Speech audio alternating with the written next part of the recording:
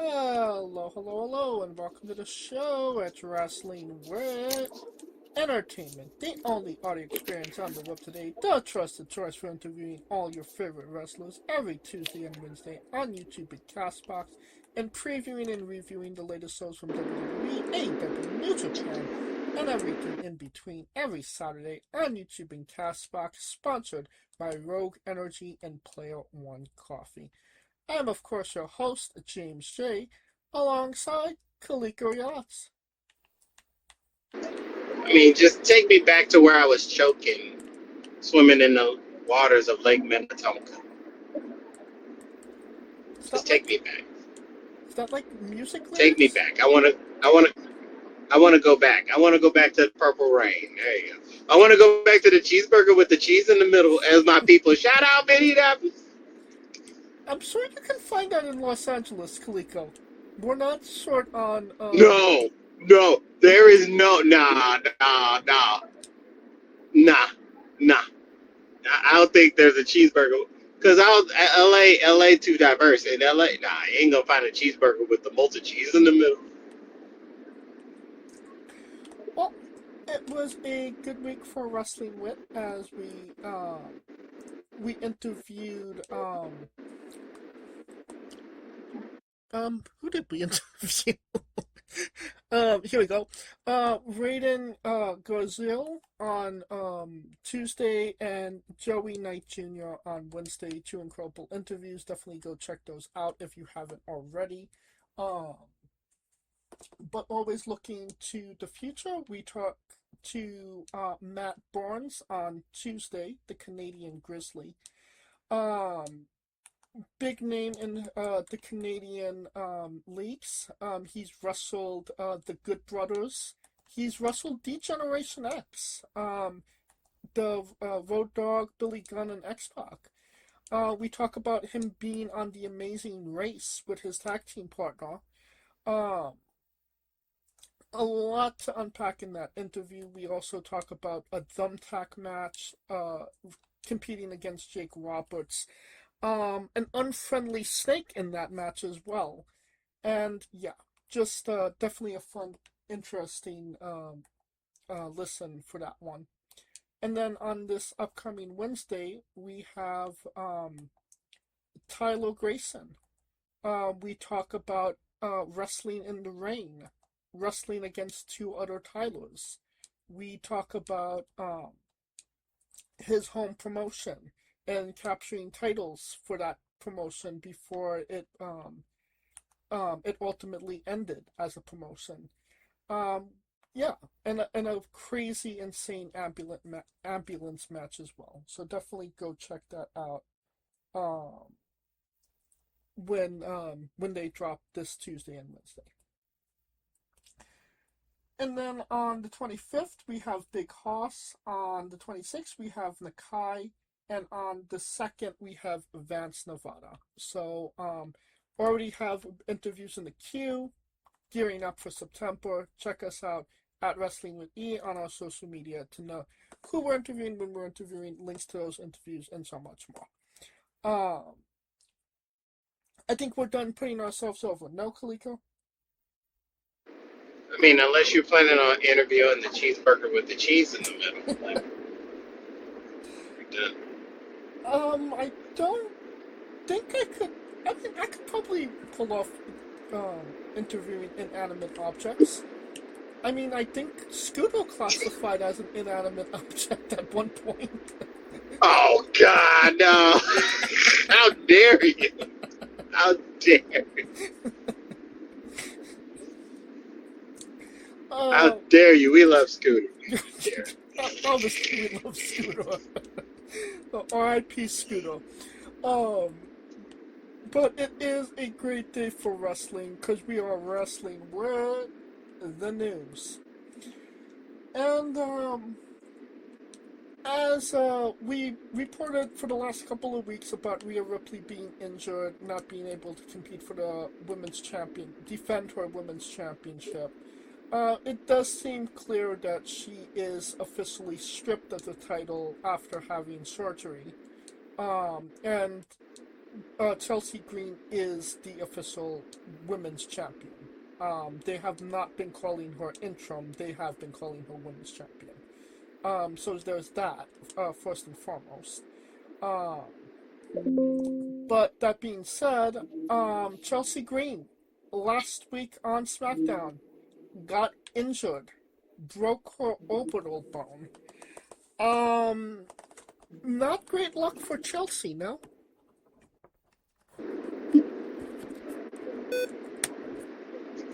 Kaliko?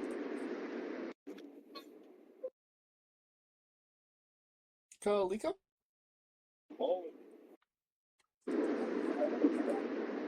Here, I don't. There we go. There we go. Respawn. There we go. Respawn. So I mean, you got what you wanted, right?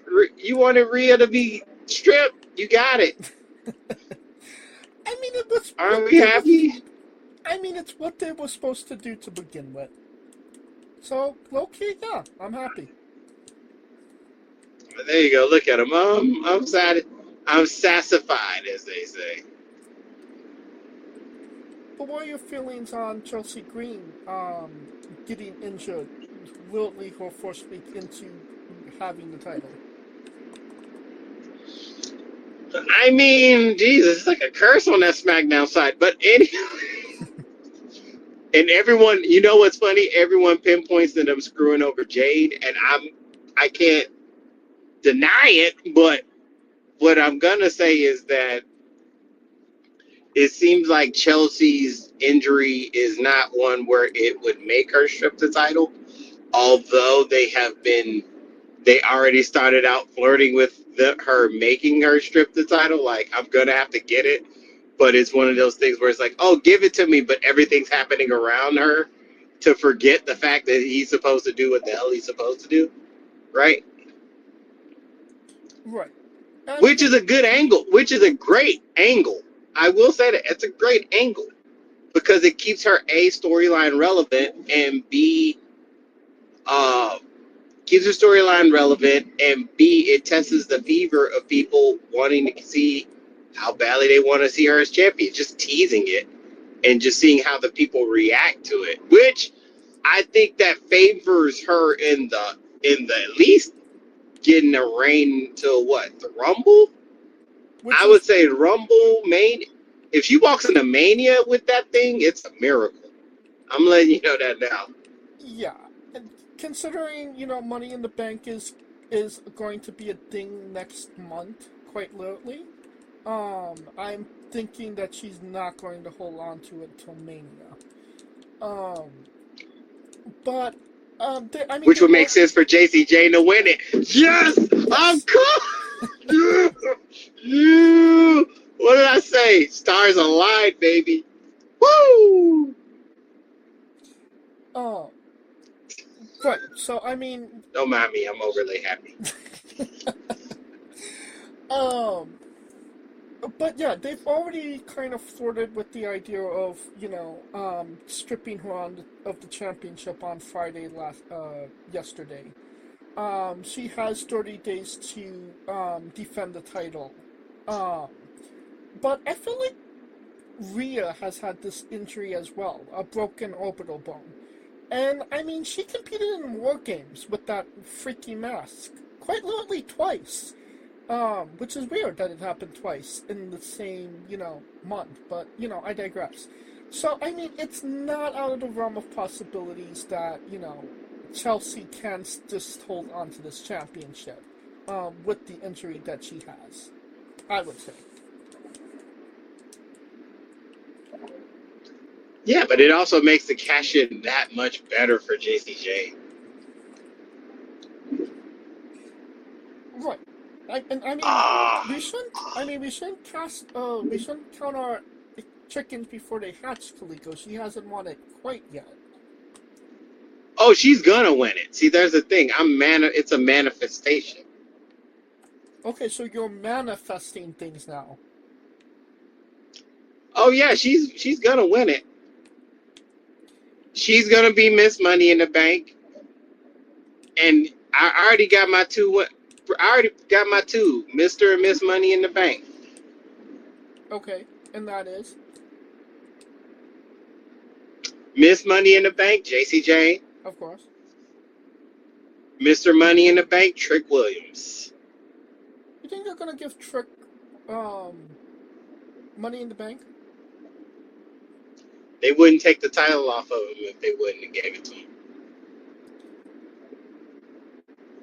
I mean, that's not a bad point, for sure.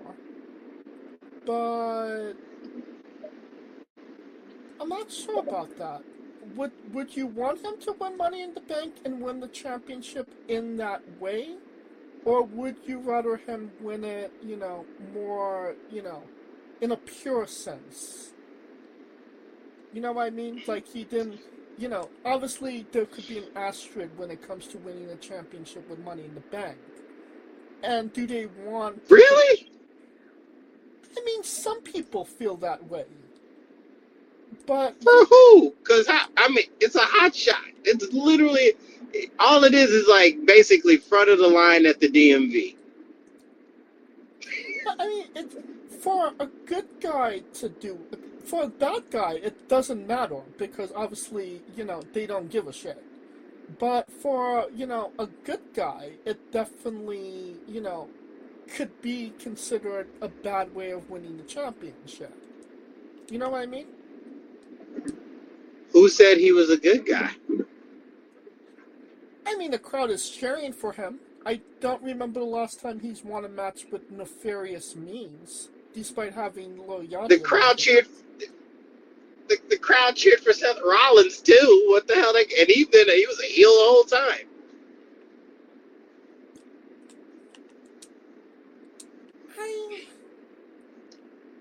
I mean, they cheered for Brock Lesnar, and he was hell of a heel. So there's no good or bad. But that's the point. Like, they're honestly, I told you the days. Right now, it's the like there are the definitive goods and the definitive bads. 90, 88, like 10% good, 10% heel. The rest are in between based on how you feel. Because I'm gonna tell you right now, people still chant CM Punk, and they will still boo his ass because of the fact that Kevin Owens is back and everybody's in their feels about Kevin Owens. The only reason they're in their feels about Kevin Owens is because he's fucked his neck up and they know this how hard it is to get back. I say the same thing with Roman Reigns. Ain't shit changed with Roman. The only thing that's changed is how we feel about him.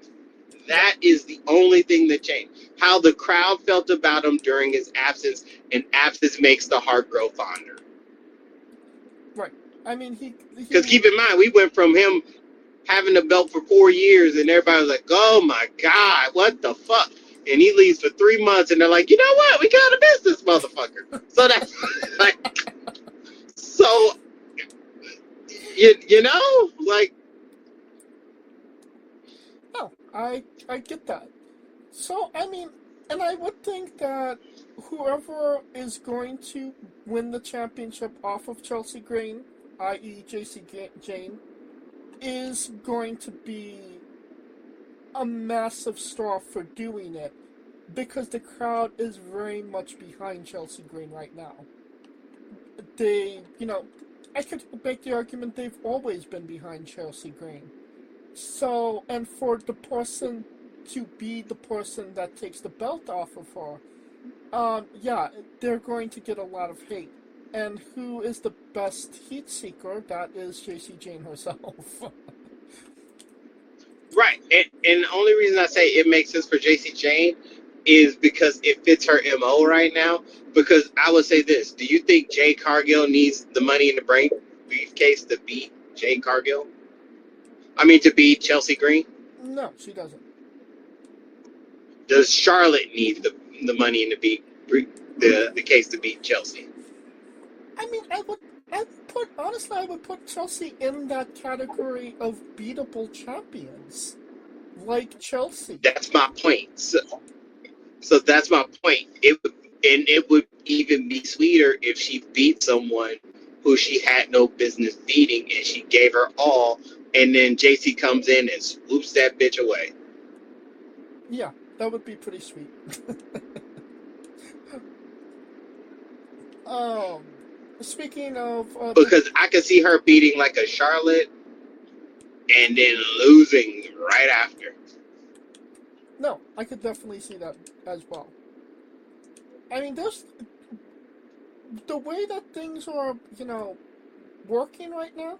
There's a very real possibility JC could actually go into WrestleMania next year as women's champion. Yes. Yes. So yeah. Um, Speaking of the women of SmackDown, last week on SmackDown, Tatum Paxley made her main roster debut. I'm happy for her. And obviously they're putting her in a big position with Charlotte and Alexa. But I would also say, wouldn't it have made more sense to put her on Raw with Lyra? Because I mean, Lyra's whole dynamic with her was that Tatum was weird, and now Lyra's the weird one, so she could have helped her become less weird, I suppose. I feel like that's just a missed opportunity, personally. But I mean, she's with Charlotte and Alexa, so obviously, I mean, they have plans for her if they're putting her with one of the two of the bigger stars on the roster. No. I mean, yeah, and plus, Lyra's doing good on her own right now. And what Lyra's in limbo with what's going to happen with Baylay and whether she comes back or not. But that's a whole nother issue. But with Tatum, I mean, SmackDown kind of needs a lot because you got to keep in mind there are more factions on SmackDown on the women's side than Raw. Because with Raw, you just got the Judgment Day. SmackDown, you got like the baddies and damn uh, Fatal Influence. So there's a lot more villainous. If she was coming in as a face, that makes total sense. Now, if she was coming in as a heel helping Lyra, that's a whole different story. Because it wouldn't make sense for her to help Lyra, because she's already gone, bro. She's gone. Lyra's out of here. Right. Lyra's in space. She on Pluto. But I mean, that would have been a good rivalry to start Tatum out with, just in my opinion. Because obviously, Lyra would have gotten a really good match out of, Tatum right off the bat. And obviously, Lyra, the way that she is right now, she would win by nefarious means, pick up some support for Tatum, and kind of go from there. If they had it came from the angle that Tatum was helping Baylay, I could see that angle. But it makes more sense for her to help Charlotte and Alexa because it instantaneously books her with two of the more popular stars on the roster. Right. For the If not casuals popular, way more well known. right. And the more casual people will, understand why Charlotte and Alexa are with her. For the people that don't know who Tatum Paxley is. Right. Gives her a chance to get the intro to let you know. Right. I mean, I think that's a great segue to Baylay. Baylay, as of right now, as of this recording, has not signed a contract with anybody. It still remains to be unknown how long her contract is for, until it runs out. But she made a workout video not too long ago, with her training with various different independent wrestlers, people outside of WWE, and most notably Mercedes Moné. the caption for the video was, I'm all in, baby. So, obviously All In is the name of the AEW paid preview. Some might say that she is, trolling somebody. Some people are saying she may be, you know, um, obviously, AEW is a real option. But do you think WWE is actually going to let Bayley go? Or do you think that she would even consider going at this point? Or what is the real how real of a possibility is it that she is going to AEW? I it depend honestly it depends on her. Now from what I've been hearing from my people is that her side project has been running these women's wrestling camp clinics because she is very notorious in a good way for going to like whatever city that they're going to, and she's like going to their wrestling school and training with them and giving them the insight. So that's almost seems like her second passion because it seems like she's in the I want to give portion of her career rather than the I got more to achieve. But to be quite honest, I mean, she's practically done it all there, with the exception of like the secondary titles. That's about it. Right. And that only became an option like around a year ago. Yeah. So I mean, so to her, I mean, I don't see it as a pressing issue for her. It's just wherever she wants to end up doing. And I think they set that up in that way. And that's why Lyra keeps harking on Bayley, even because in the event that she does choose to sign, I think they're just going to pick up where that rivalry left off. Right. And if she did sign, Lyra gets the benefit of writing Bayley off, if that makes sense. So, I mean, she's in a good position. She's just living her life, doing the best she can. But I think everyone kind of knew her and Mercedes was tight. But then again, she's tight with a lot of people. So I wouldn't even, put that past her in that regard. Right. I mean, she's a made lady. It's whatever she wants to do. But you say that WWE maybe hasn't treated her as well as they have, the other four horsewomen, i.e., Becky Lynch and Charlotte Flair. I would say, I think they did her pretty good proper justice considering that they had her display the most range out of all of them. Like, she's the only person that really displayed the most range as far as character. I mean, Becky, once she got the man persona, it became the man persona. Then it became the, like, man Madonna persona. And going back to the man persona. And Mercedes, I mean, Sasha, she really didn't get a chance to, like, display that. And right now, Charlotte is literally in the middle of that. So that, like, Right. so Bayley got the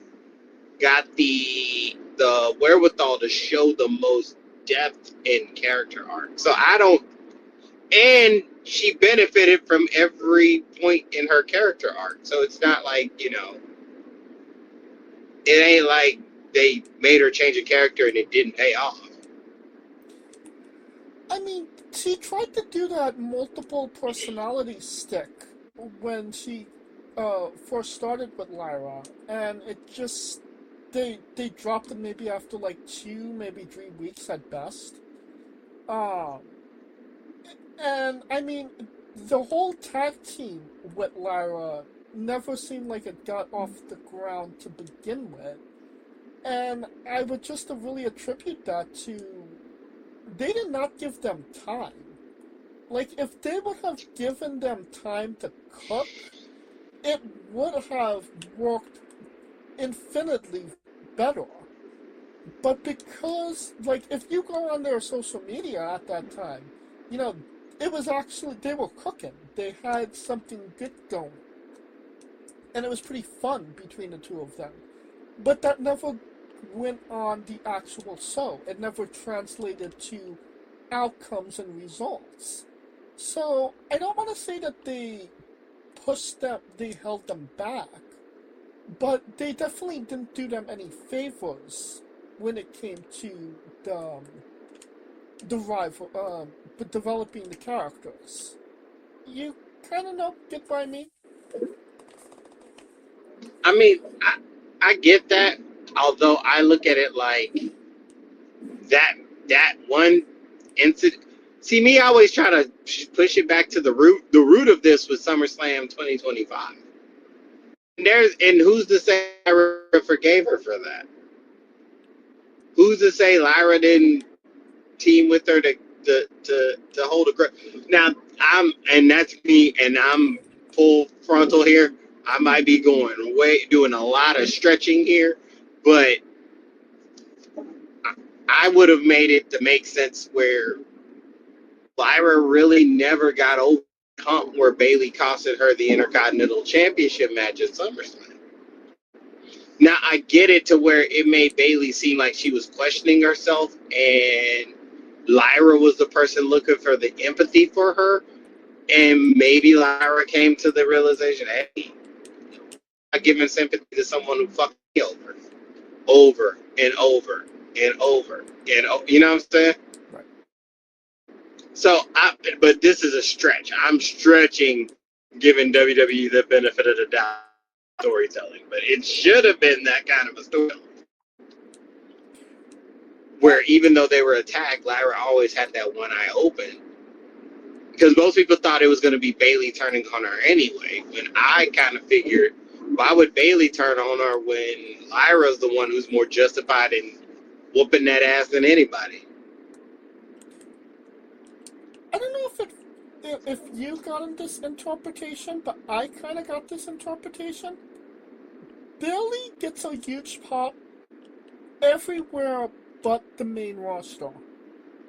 Like, she went down to AAA not too long ago. Massive pop.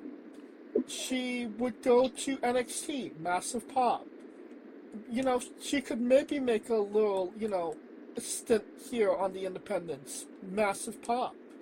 But when it comes to being just on Raw or SmackDown, it seems like she doesn't get that pop. Like, there's a disconnect with the main roster compared to quite literally everywhere else in the world.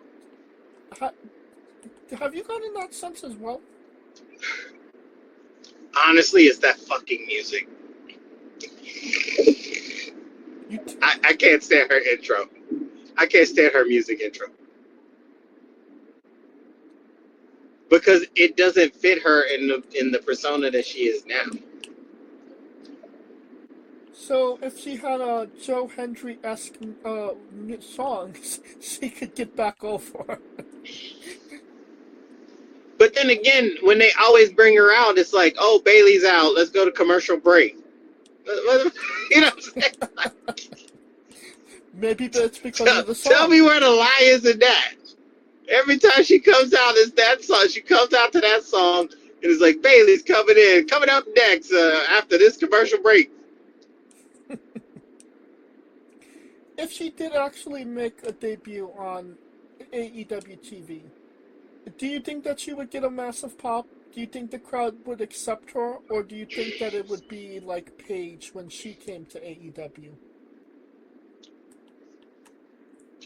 That is probably the most interesting aspect of it all, because AEW already is kind of in this position where the fans are not really keen on WWE lifers coming into it, because they feel like they're sucking the life, quote unquote, quote unquote, out of the company per se.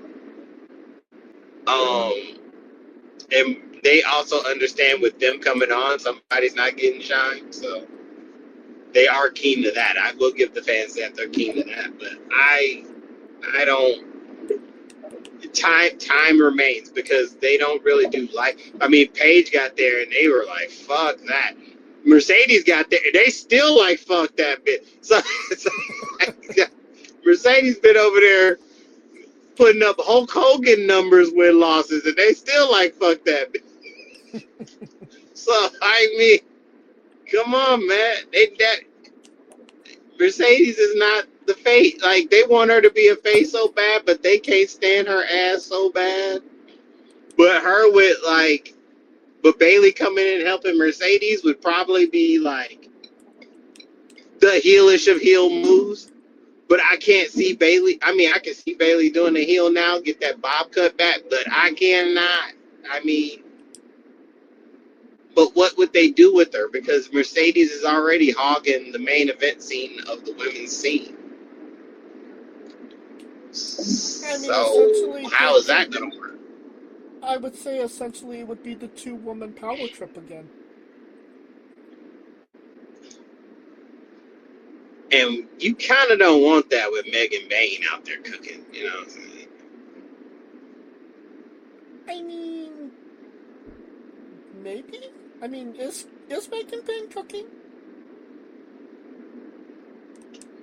She cooking on IG. I mean, there's a difference between cooking in the ring and cooking on a TV show and cooking on IG. That's two separate things. I mean, Hey, man. I mean, It she's correlates. a star on IG. She's McDonald's. Correlates. Shit. McDonald's All-American on IG. Shit. No, Michelin star on IG. Shit. Goddamn 5-star resort. Anyways, let me stop.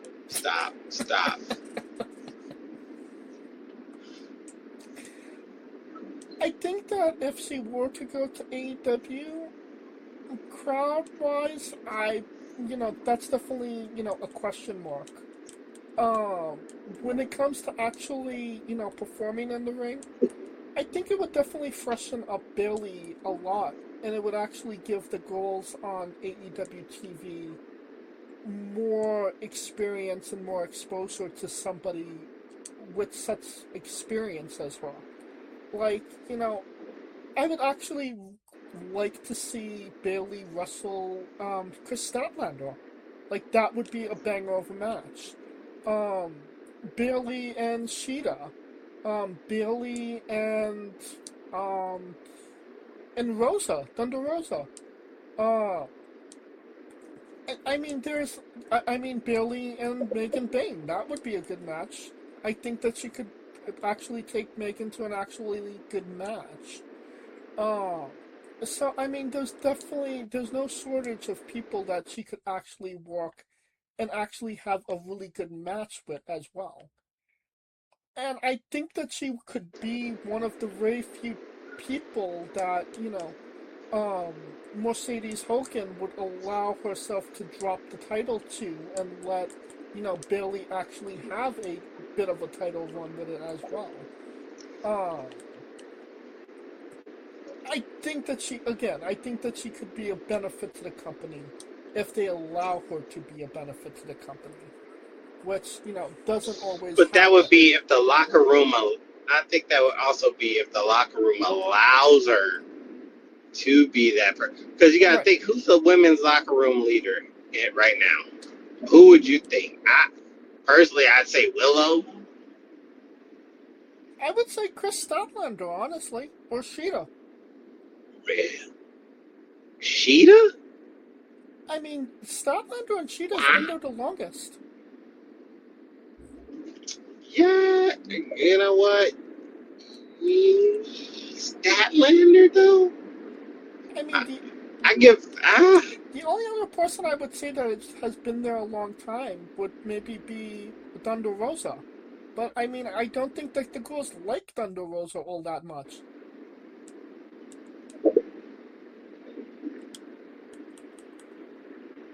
Yeah, Thunder Rosa. I mean, do you think that the girls are listening to Mercedes? Do you think Mercedes is a locker room leader?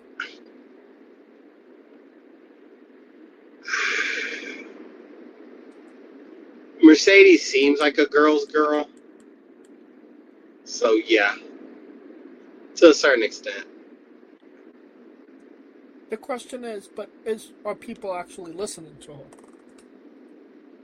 Now, I mean, she'll speak. I don't know if they will listen. I mean, if you're in a match with her, you ain't got no choice but to listen to her. Yeah, she's going over. That's not, I mean, not entirely true. It's mostly true. I mean, Statlander beat her. I mean, how many people has she gone over on compared to how many times she's been under? I mean, but Tony, I mean, losing to Tony, Statlander, Willow. I mean, That's why I said Willow's got more cred than any, I would think. True. Because Willow's been in the ring with her more than anybody. And that's not even, I mean, ever since she hit the end, out of everybody in that locker room, Willow's probably the person who's wrestled her the most. Because keep in mind, they did the New Japan match where she fucked her leg up. And so, I mean, Willow got more cachet in that regard, I would say. I got you. Personally, but I mean, does that mean? And she's got the belt, so I would think she's the leader. She who holds the belt holds the throne. I think that's a good segue into AAA, Dom Mysterio. Obviously the current AAA Mega Champion. But if you watch AAA, en mexicano, or español. If you watch AAA compared to WWE main roster, then you would probably notice that there's a stark difference in the character of Dominik Mysterio. You know, again, champion of AAA, you know, going into a big match with Americano, aligning himself with Almas and the manager guy, don't know his name. And, you know, treated as a respectable, still, you know, obviously heel champion for obvious reasons. But, you know, he's held to what feels like a different standard. While on the main roster, he's losing human money on a pole matches. And, I mean, literally just this last Monday, he lost to Dragon Lee on a random Raw that wasn't really a big match feel. But I mean, I understand why they gave him the loss to at least, you know, Dragon Lee. I mean, they're setting up something for the show in Mexico City, between him and Dragon, which I completely understand. But apparently, if you believe rumor and innuendo, he's getting frustrated with this separation of his character and not being treated as more of a big deal on the main roster. I feel like this is the first time that we've heard Dom get, you know, frustrated, which is something else, really. I mean, and he is, if they let him be, he is one of their biggest stars. So, what are your thoughts on Dominik getting frustrated with booking, essentially? I mean, they're asking him to do two different things, right? So it's going to be hard. It's hard for him to get over on the American side. He's over, but he's over cool heel over. He's not over as in heel over. Vice AAA. Like, the fact that he showed up, they were in love with him, and now he's a heel, so he can generate that actual reaction, the visceral reaction that they wanted him to do on the stateside. It's two totally different audiences right now, and as much as we want him to be up there, we gotta wait, unfortunately, for the Punks, the Romans, the Codys to move out the way for that new generation to flock. I mean, I could make the argument that he may be frustrated, but he's treated way better than Javon Evans. I mean, Javon just got there. But my point is that Javon has been floating storyline wise more so than, I mean, you can say Dom got a better treatment more so than. I mean, yeah. I mean, Right? he's I on the mean, paid previews. He's wrestling on. He had a match on SummerSlam, so I mean that's not nothing for sure. But I mean, we even talked about this last week. Should Dominik Mysterio be losing human money on the pole matches? And at this state of his career, like, I feel like he's just like one or two big wins of being more on the upper card than he has been. Like, give him a I win mean, on a Cody Rhodes. Give him a match with a Randy Orton. Give him the opportunity. We know that he could work for sure. But it just seems like they're keeping him in a position, this lower position, because they don't quite know what to do with him. well, because even if you put him in those higher positions, because I mean, granted, yes, the Danhausen thing, I get it. I can see people's frustration with it. To me, though, in 20 years, nobody's gonna care that he lost to Danhausen in a money's on a pole match, right? Because this is we're thinking longer term, and I'm thinking that eventually he's going to be their biggest Latin star this side of Penta. So I have no what's the word, reservations as far as his legacy, because keep in mind he's not even, I don't think he's 25 yet. That's a good question. I don't quite know. I So mean, he's already he's been not there for 20 even, years. it feels like it, right? But Dominic is what?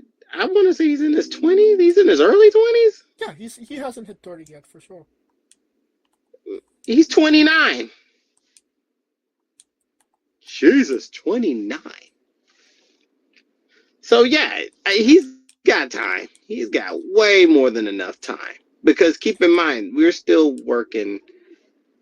We still got a whole Judgment Day to break up for him to even break away. Because right now, But everybody just sees him as the cool guy on Judgment Day. what Judgment Day is the date to break up? Nobody would give a shit about what is his name? DJ McDonough versus Dominic match. It's not about GJ McDonough versus Dominic. It's about who Dominic is going to choose when them girls break up. That's what matters. I mean, a lot of people are going with maybe maybe a Stephanie McCourt turn for him. Which, I mean, I'm not against it if I'm being completely honest. Uh,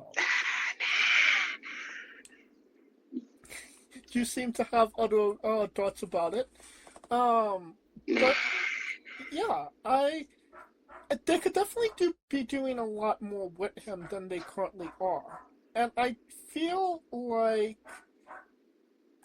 if they don't give him something to actually, it's all wait and see right now. Like, literally, quite literally, all of the young talent is wait and see while we develop CM Punk versus Cody and Roman versus Seth. And, like, it's those four people. And, like, we are ready for Obafemi. Like, the crowd has spoken. It's Obafemi. And we're not getting Obafemi. Braun Breaker still has time to cook, undoubtedly. But,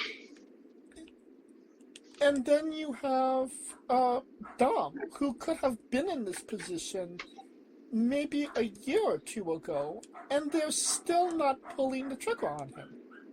You know what I mean? I think Dom, nah, because do you really believe that Dom would beat Roman? By nefarious means, yes, I could. I don't. I still. I even with nefarious means, I don't see it happening. I mean, The only people I believe he could be. Let me ask you a question. Did you believe that Eddie Guerrero could beat Brock Lesnar in 03, 04?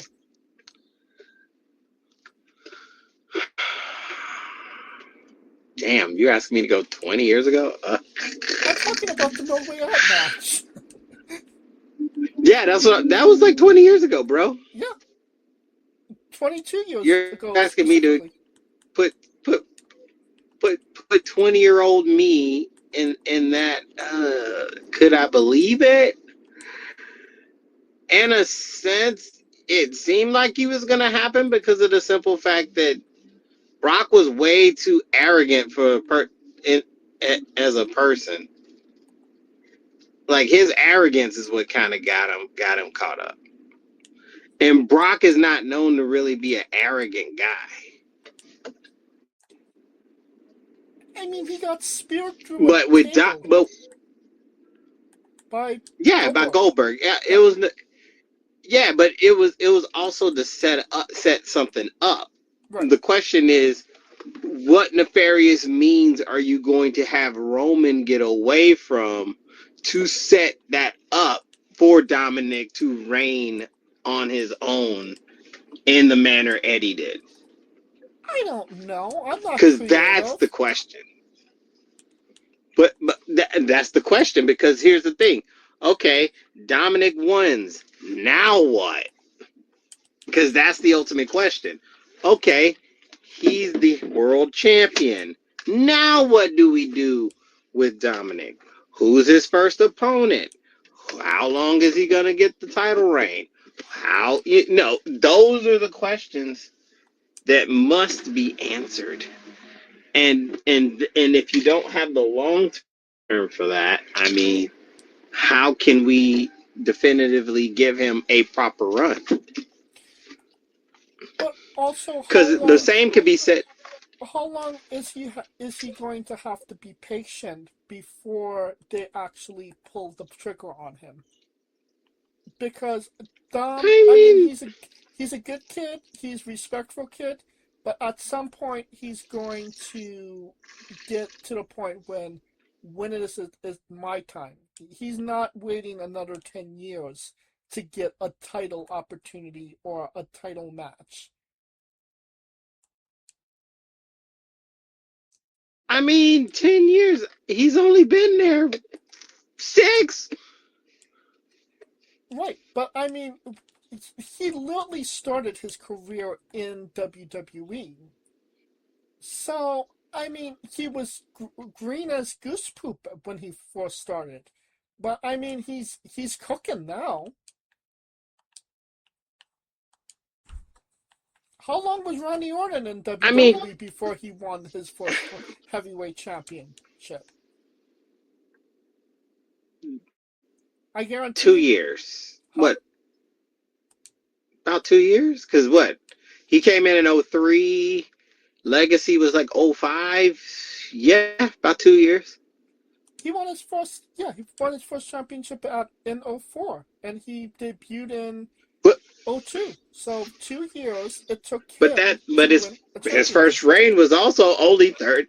His first reign was also only 30 days. So like his his reign.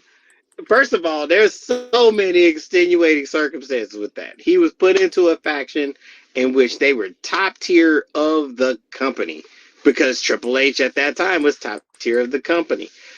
And they set up the angle in which he was able to do something the head guy couldn't do.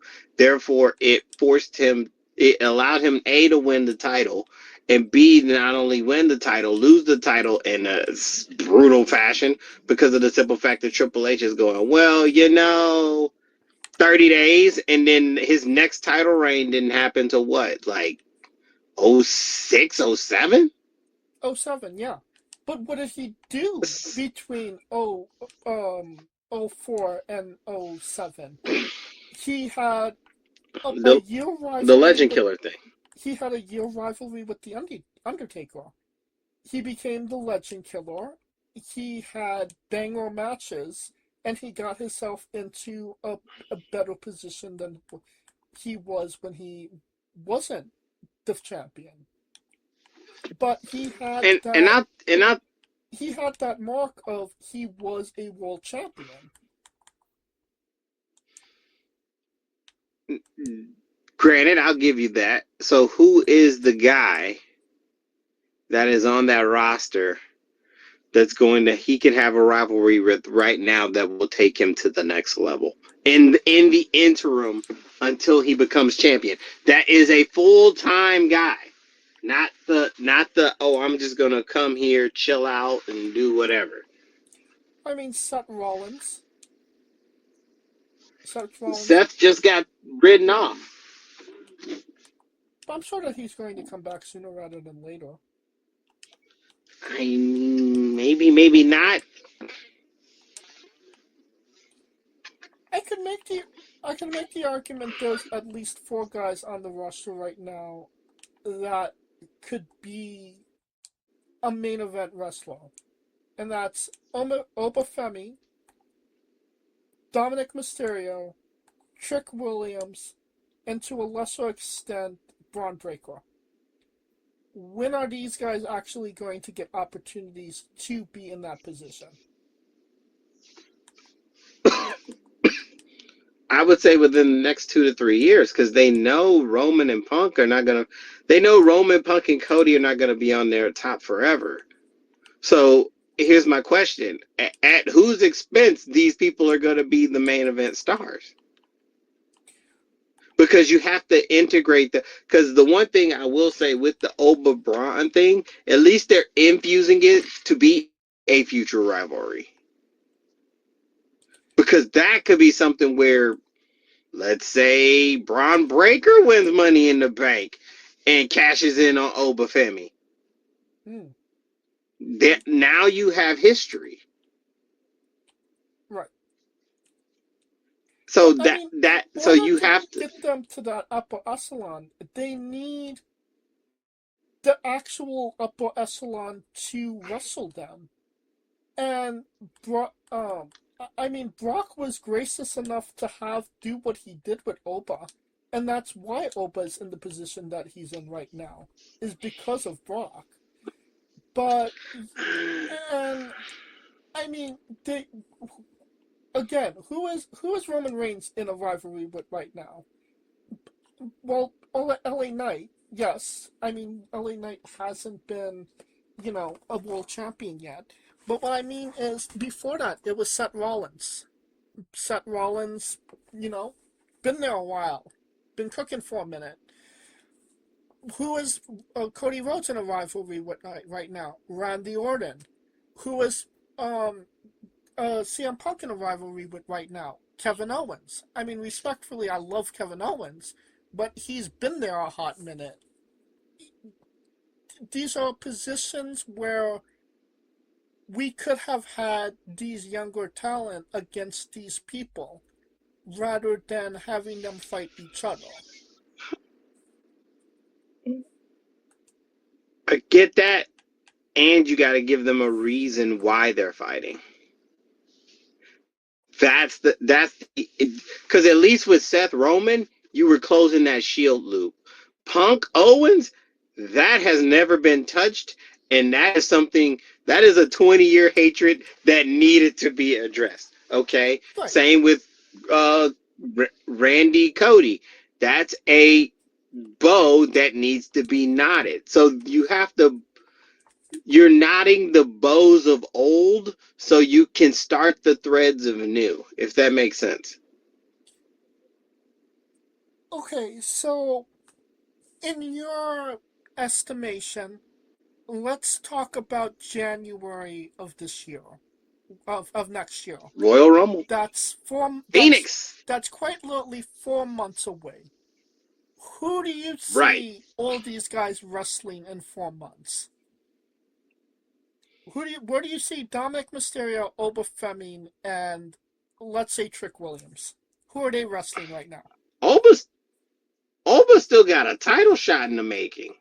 Yeah, he does. So it's not like that's out of the realm. He's just side questing right now, and that's what he.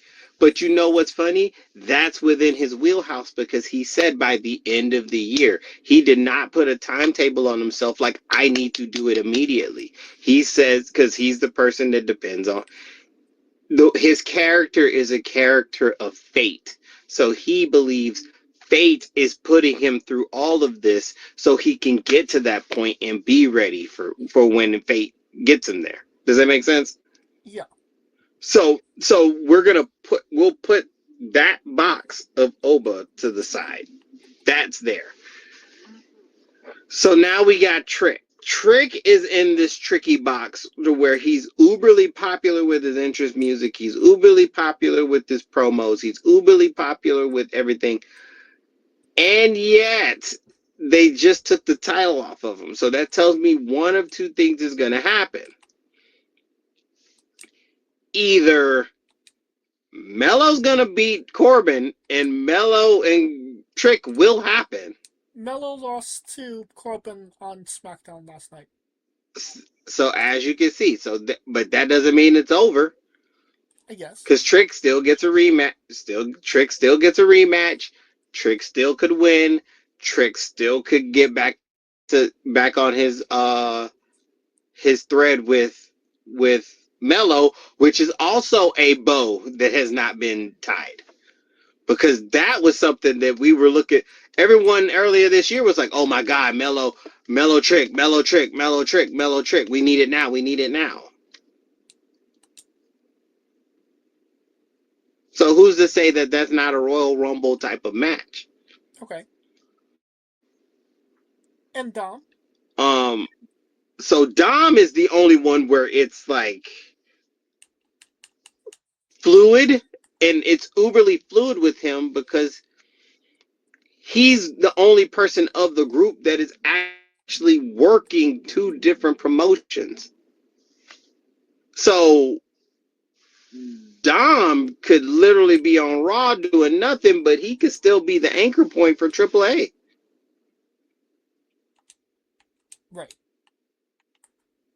So Dom is in the most, I wouldn't say, is it the best situation? No. But is it the most opportune? Like, does he have the most options? Yes. He has way more options than Trick and Oba and Braun. Because he's already double duty as it is. Well, we shall see when it comes to the next 4 months if people are actually getting over, if Roman will still be in the position that he's in. Question mark, question mark, question mark. But let's talk about the opposite end of the spectrum. NXT. Um, just debuted Zilla Fatu. Um, obviously, reality of wrestling star, Umaga's son. And I just find it interesting that what was the match that he interfered on was Grayson Waller versus Cruz Montana, who was going for a number one contenders spot. So what I'm kind of getting at is, it seemed like it to me anyway. It seemed like the new crop of stars that they brought in a couple of months ago, that being Evil, Mason Rook, and Tam, whatever his last name is, um, didn't necessarily hit the mark for what they wanted.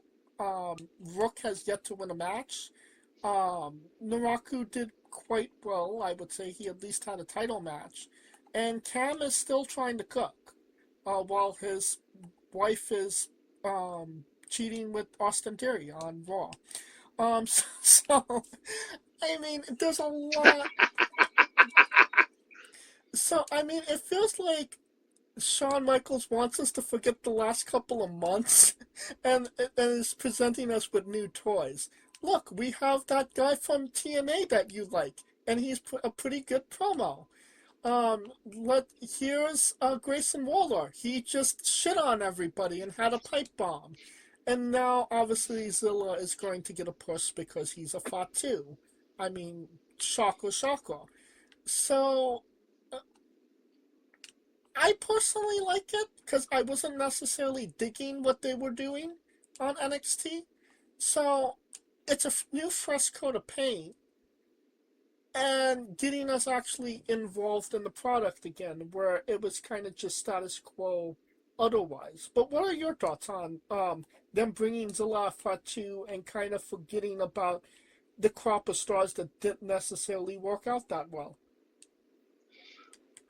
Nah, I think it was just like it just continued that every week they're bringing in someone different type deal, which works because now it makes you have to think, okay, you need to figure out who the hell they bringing this week.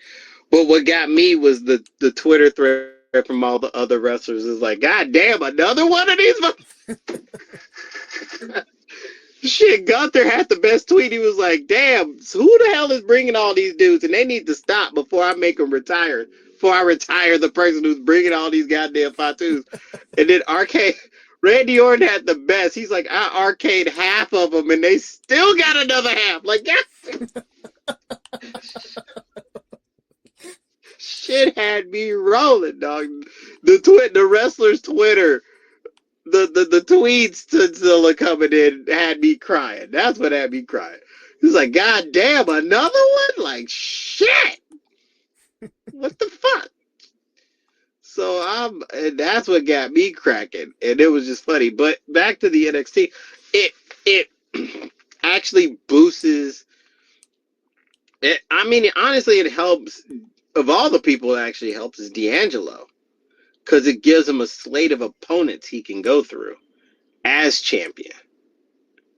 Because we already know he went through Nakaru, but he hasn't gotten through Waller. He hasn't faced Montana, and he hasn't faced Fatu. So now you got a slew of people that are basically like heat waves in a couple weeks. So that easily could be a fatal four-way.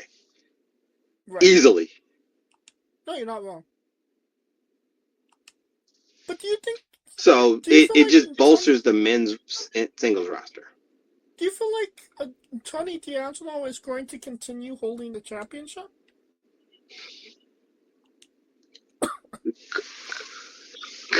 I would think so. What? I mean, did we lose Kaliko? Respawn. Oh, dang! You didn't hear me? I did not hear you. No. Oh wow! Oh man! I thought that silence said it all. Anyways, I was like, okay, if they take the title off, that means he's gonna go into the main roster. And what is he gonna do on the main roster? And honestly... if you are silent, and if you're silent, that tells me everything I need to know. I mean, I never really saw Tony as a main roster guy. I kind of felt like he was a forever NXT guy, like a Johnny Gargano. They also said that about JC Jane, and I mean, at but you have least to give him, I mean, at least JC had the run of her life before she left NXT. and that's what my thing. You got to give him the run, because keep in mind, he just came back as a random dude, won the title, and let him define himself while champion. Yeah, Because and what bigger Michael? they literally had to strip him of all his gimmick in order to make it work, because nobody was going to believe the mobster guy was going to be, heavyweight champion. I mean, he had a physical makeover too. That motherfucker. Come on. I'll admit, he does look good. And I will say that he has been a respectable champion for his time as NXT champion. But compared to everything else that we have, he's definitely not. It doesn't feel like he's upper tier. It did seem like like Waller said, the only reason you have the championship is because nobody else was here to take it from you. Nobody else was available.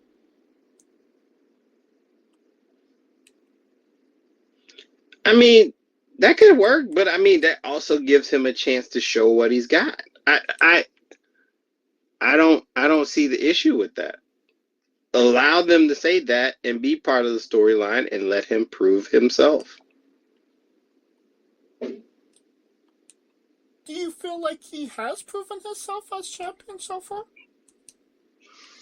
He's proven himself to be a person who's willing to take on any comer anytime. I mean, Nakaru beating Evil is, it ain't no bitch. It ain't like he over there beating up Cheeseburger, no pun intended, but that's, With the cheese in the middle? with the cheese in the middle. Yeah.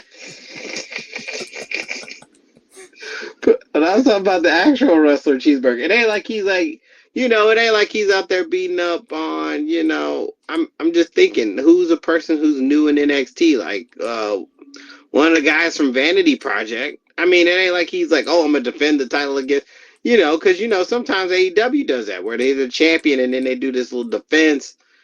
Who was it? Who was the champ? And they basically gave him, Darby Allin, when he had his 3-week fucking title defense tour, and it was against people you knew he was gonna beat. Yeah. But like you said, AEW does that a lot.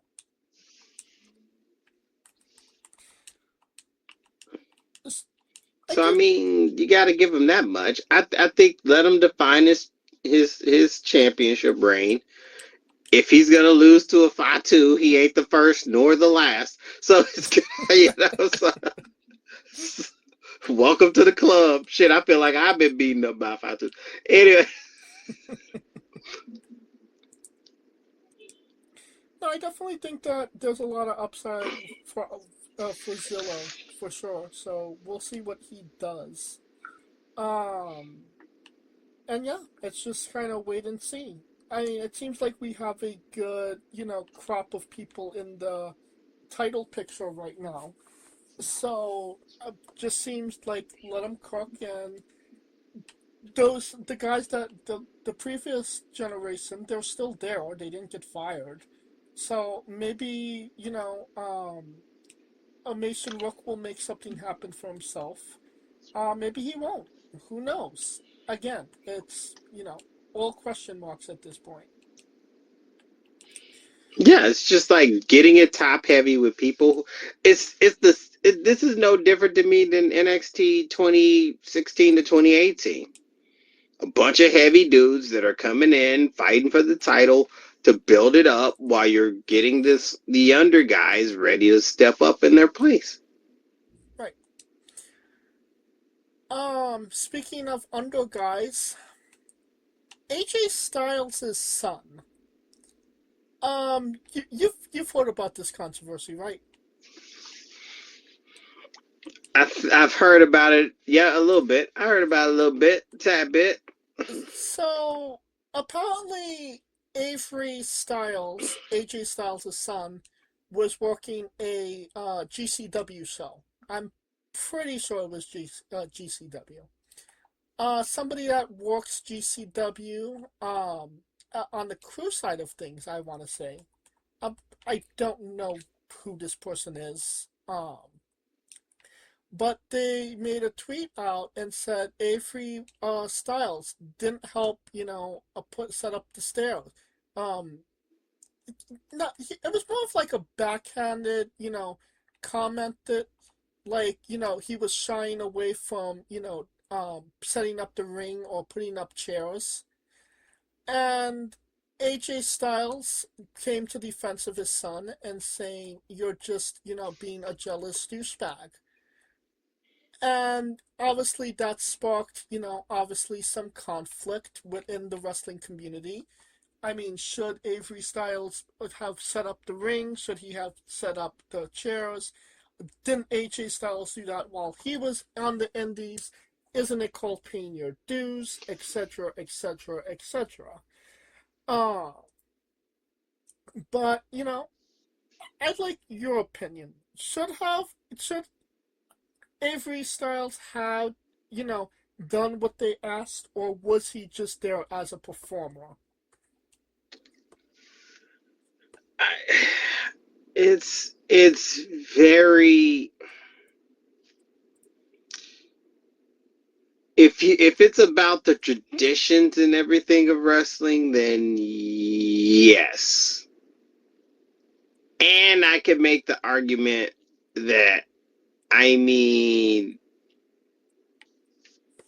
AJ's probably of the guy like, yo, I don't think AJ would be like, hey, son, go do this because you need to do, because he doesn't want to. I don't think he would be the person that's trying to influence his son while he's trying to blaze his own path, if that makes sense. Mm-hmm. And he seems more supportive of his son due to the fact that he is trying to blaze his own path. Now, it's also up to his son to ease or make harder the burden of the path that he's trying to forge, right? Yeah.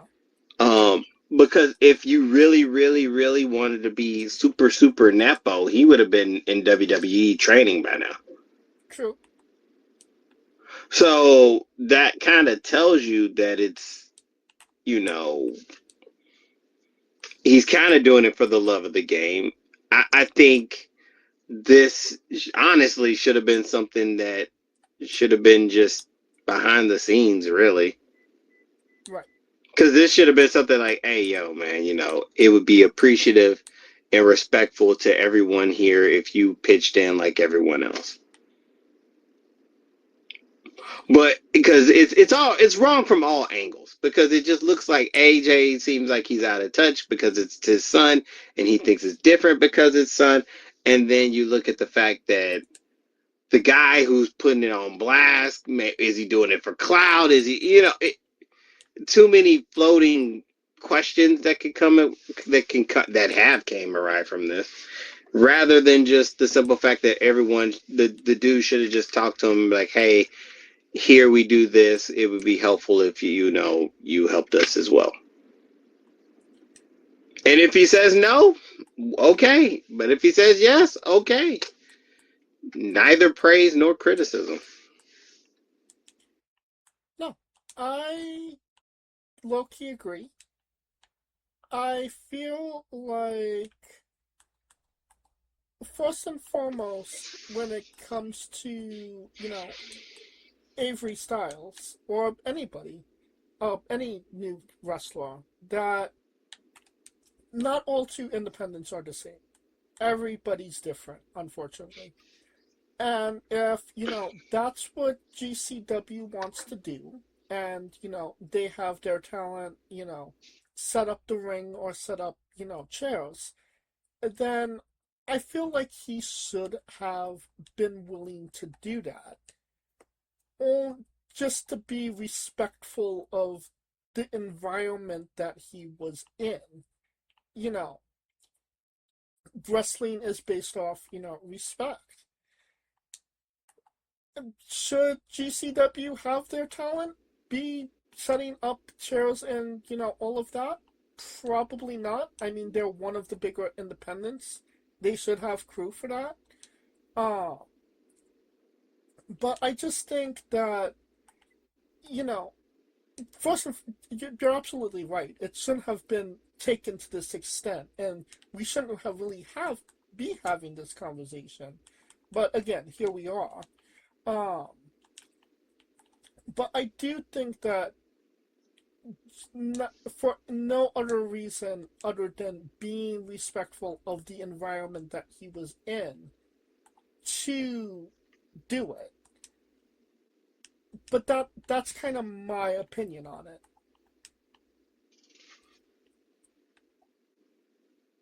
Am I like out of Well, line? that's true, but who's to say if AJ did it? Who's to say that AJ helped set up chairs? Who's to say? I mean, true, but if you really want to be there and you want to pay your dues and you want, the full experience, it is something that you have to do. And if you're not doing it, then, that's kind of something on your character. Like I've heard stories and I've like Dunder Lagar and Mexican wrestlers as well. Like legends that had no business putting the ring up would put the ring up, and they would put the chairs. They would help the younger talent. It does just because you don't have to do it doesn't mean that you shouldn't do it. It from a class standpoint. From an etiquette An standpoint. etiquette standpoint. Thank you. So I mean, Yeah, I mean, I agree with that. I just think that this is something that has been, because keep in mind, I mean, I'm still of the belief. Remember, the only reason Otis, I remember when Heavy Machinery would do that, and they would help the ring crew, and it got them brownie points and helped them stay longer than need be. But that's why I'm of the fact of like, if they want to do it, let them do it. If they don't, then don't. It's and to me, if this is something like we said, it's just there's no reason we should even be talking about this. We're only talking about it because it's AJ Styles' son. If it was random wrestler X, we would not be having this conversation. But because it's AJ Styles' son, which means most people think it's a bend on AJ Styles' legacy, which has nothing to do with his son's path. The same way Dominik's legacy ain't got shit to do with Ray's. Roman's ain't got nothing to do with Sika's. Ted DiBiase Jr. ain't got nothing to do with Ted DiBiase Sr. Kurt Hennig ain't got nothing. Axel ain't got nothing to do with Kurt. You know what I'm saying? It's right. two totally different people. But people are thinking, oh, because you're of that stature, that you have that etiquette. And that may not be the case. That's not the case all the time. Right. So let's one last bit of news. Um, Pat McAfee, and Joe Hendry, are making albums. Not together, but they are making music albums. Um, yeah. I mean, obviously, Joe Henry's going to be a little bit more on the campy side, but what do you expect from a Pat McAfee album? I have no effing clue. I mean, you're a resident music guy. You have to have an opinion on Joe Hendry and Pat McAfee albums. I mean, it sounds like it's going to be one of those. If it's anything like those country rap tween poppy shits, I'm just going to throw it against the wall. How about that? The Rock also expressed interest of pursuing music what are your thoughts on The Rock becoming a music star? It doesn't matter if The Rock wants to become a musician. just had to get that out. Just what I. Thank you for teeing that up. Thank you. Well, I think that's a great way Thank you to for end teeing that the up. news. And now, a quick word from our sponsors. Hey folks, this is the Colossal Mike Law, and you are listening to Wrestling with Entertainment. Enjoy the show, support these guys. We appreciate it very much. We'll see you at ringside.